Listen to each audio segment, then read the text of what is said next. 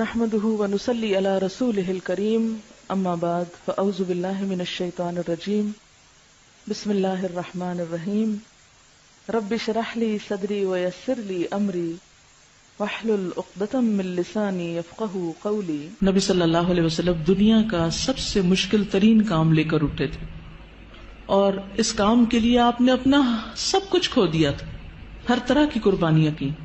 آپ کا بزنس اور آپ کی قوم کی ناراضگی، خاندان کی ناراضگی، اور اس کے علاوہ بھی بہت سی تکلیفیں، ہجرت، جہاد، کئی چیزیں، اور آپ کے بعد جو بھی اس راستے پہ چلتا ہے اس کو مشکلات آتی ہیں، کبھی معاشی پریشانی آتی ہیں، کبھی اولاد کا مستقبل تاریک نظر آتا ہے، کبھی لوگ ناراض ہوتے ہیں، رشتہ دار ناراض ہوتے ہیں، کبھی ساتھی کم ہو جاتے ہیں۔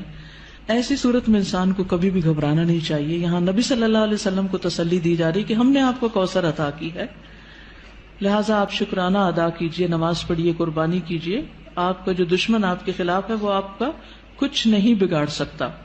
حضرت انس رضی اللہ عنہ کہتے ہیں کہ آپ ہمارے درمیان مسجد میں تشریف فرما تھے کہ آپ پر ہلکی سی اونگ طاری ہو گئی، پھر آپ نے مسکراتے ہوئے سر مبارک اٹھایا تو ہم نے عرض کی کہ آپ کیوں مسکرا رہے ہیں؟ آپ نے فرمایا انزلت علی آنفا سورۃ، میرے اوپر ابھی ابھی ایک سورت نازل ہوئی ہے۔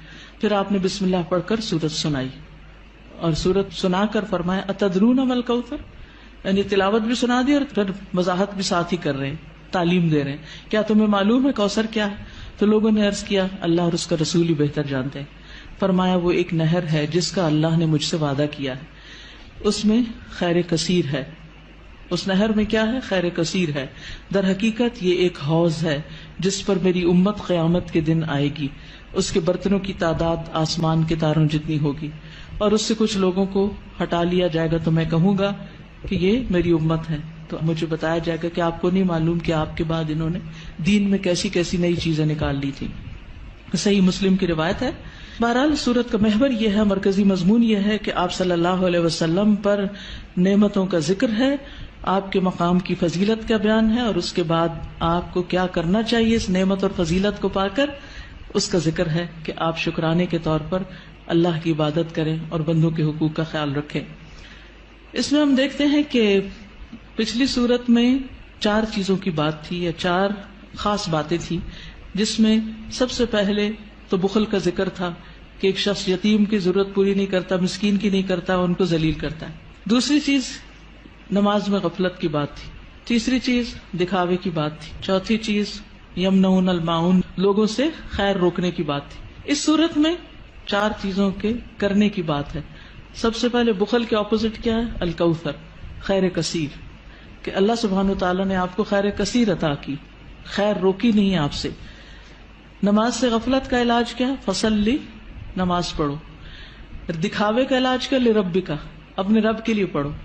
اور پھر یمنعون الماعون، اس کا اپوزٹ کیا؟ ونحر۔ جو شخص یہ کام کرے، کون کون سے؟ فصلی لربک ونحر، نماز بھی صحیح ادا کرے اور قربانی بھی کرے، صدقہ خیرات بھی کرے، اس کا دشمن سرنگوں ہو جاتا ہے، اس کا دشمن اس پہ غالب نہیں آ سکتا، اس کا دشمن اس کا کچھ بگاڑ نہیں سکتا۔ کبھی بھی آپ کو کسی سے خطرہ ہو، یہ 2 کام شروع کر دے، اللہ آپ کی حفاظت کرے گا۔ مشکلیں آتی اس لیے ہیں تاکہ ہم اپنے آپ کو سیدھا کریں، نمازیں اور اچھی کریں، اور اس کے ساتھ ساتھ بندوں کے حقوق کی طرف توجہ کریں، کہاں کمی ہو رہی، کسی کے ساتھ زیادتی تو نہیں کر رہے۔ تو آپ دیکھیں کہ کیسے مشکلات پر آسان ہوتی۔ آپ کے خلاف بولنے والے اور آپ کے بارے میں باتیں کرنے والے خود ہی خاموش ہو جائیں گے۔ اس صورت کا پس منظر یہ بھی بتایا جاتا ہے کہ جب آپ کے بیٹے قاسم کا انتقال ہوا اور یہ خبر ابو لہب تک پہنچی تو اس نے کیا کہا کہ محمد ابتر ہو گیا، اب ان کا نام نشان مٹ جائے گا، کوئی ان کا نام لینے والا نہیں۔ تو آپ کو تسلی دی جا رہی ہے کہ آپ فکر نہیں کریں، ناکام آپ کا دشمن ہی ہوگا، آپ کو اللہ نے خیر کثیر عطا کر دی۔ تفصیل دیکھتے ہیں۔ انا اعطیناک الکوثر، بے شک ہم نے عطا کی آپ کو الکوثر۔ انا سے مراد اللہ سبحانہ وتعالی، اعطینا ہم نے آپ کو عطا کی۔ عطا کیا ہوتی؟ جس کا بدلہ نہیں چاہیے، ٹھیک ہے۔ الکوثر، کوثر، الکوثر جو ہے یہ جیسے میں نے پہلے بھی عرض کیا، ایک ہے خیر کثیر، کثرت سے خیر عطا کی، بہت زیادہ بھلائی، بہت نعمتیں آپ کو عطا کی، اور انہی میں سے ایک نعمت نہر کوثر ہے یا حوض کوثر ہے۔ بعض کے خیال میں ایک ہی چیز ہے، بعض کے خیال میں دو ہیں۔ نہر جنت میں ہے، حوض عرصات یوم القیامہ میں ہے، یعنی حشر کے میدان میں ہے۔ اور نہر کوثر سے پانی آ رہا ہے کس میں؟ حوض میں، اور اس کی مسافت کتنی ہے؟ 1 مہینے کی لمبائی پہ لمبا اور 1 مہینے کی لمبائی پہ چوڑا، اس کی لمبائی چوڑائی اتنی ہے۔ اور جو نہر کوثر ہے جنت کی نہر، اس کے دونوں کنارے سونے کے ہیں، موتیوں اور یاقوت کا فرش بچھا ہے، مٹی کستوری سے زیادہ خوشبودار، پانی شہد سے میٹھا ہے، دودھ سے زیادہ سفید، مکھن سے زیادہ نرم، برف سے زیادہ ٹھنڈا۔ دنیا میں جو آپ کو بہت ہی پسند ہے اس کی کچھ مشابہت نظر آتی۔ اور حوض کوثر جو ہے میدان حشر میں، اس کے کناروں پر کیا ہے؟ پیالے ہیں، کتنے؟ ستاروں کی تعداد میں۔ جو ایک دفعہ اس سے پانی پیے گا وہ کبھی بھی دوبارہ پیاسا نہیں ہوگا۔ لیکن اس سے کس کو ہٹا دیا جائے گا؟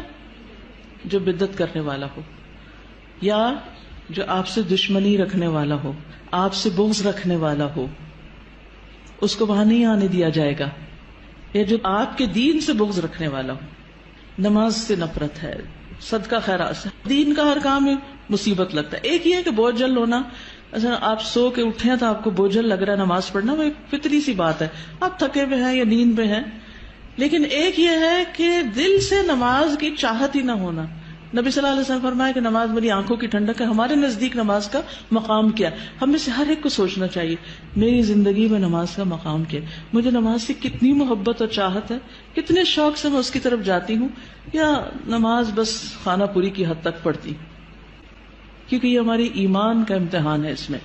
بہرحال یاد رکھیے، جس نے آپ صلی اللہ علیہ وسلم سے دشمنی رکھی، جس نے آپ سے بغض رکھا، جس نے آپ کی شریعت سے بغض رکھا، اس کے لیے پھر کوئی خیر نہیں، کوئی برکت نہیں، وہ حوض کوثر پر نہیں آ سکے گا۔